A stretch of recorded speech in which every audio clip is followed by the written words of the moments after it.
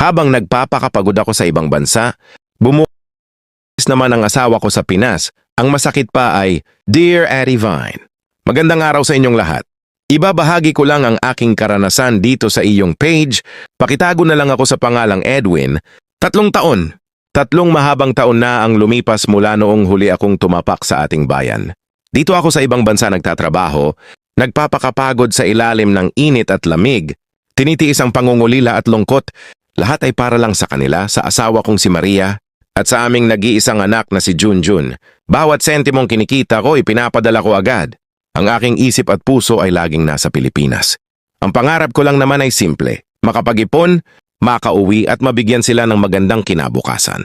Tuwing tumatawag ako, laging sinasabi ni Maria na ayos lang ang lahat, na hinihintay nila ako, at laging nagdarasal para sa ligtas kong pagbabalik. Ang kuya kong si Romy, na naiwan sa aming bahay dahil walang matirhan, ay lagi ring nagsasabing, "Huwag kang mag-alala, Edwin. Ako ang bahala sa kanila habang wala ka. Parang ako na rin ang ama nila." Naniwala ako. Buo ang tiwala ko sa kanila. Sa asawang minahal ko mula pa nung kami ay mga kabataan. At sa kapatid na kasama kong lumaki at tinuring kong bayani. Ngunit parang binagsakan ako ng langit at lupa nung nakarating sa akin ang balita. Akala ko ay mga usap-usapan lang ito ng mga mainggitin o masasamang loob.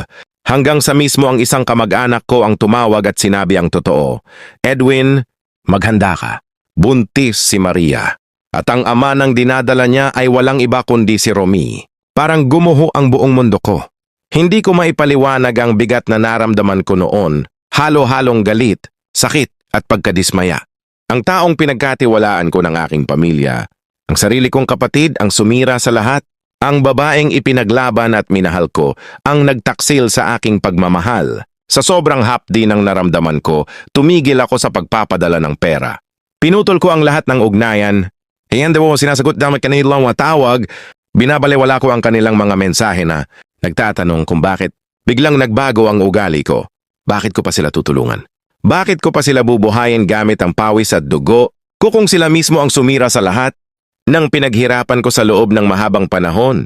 Ang bawat sakripisyo ko ay naging balewala lang. Ang bawat gabing pagluha ko dahil sa pangungulila ay naging katawa-tawa lamang dahil habang ako ay nagdurusa dito, sila ay nagtatamasa at nagtataksil sa akin sa sarili kong bahay. Lumipas ang ilang buwan at dumating na ang araw na hindi ko inaasahang darating. Nang ganito ang sitwasyon, ang araw ng aking pag-uwi. Sa loob ng eroplano habang pabalik ng Pilipinas, magulo ang isip ko. Puno ng puot ang aking puso. Ngunit may bahagi pa rin nito na umaasa. Kahit kaunti, na mali ang aking narinig.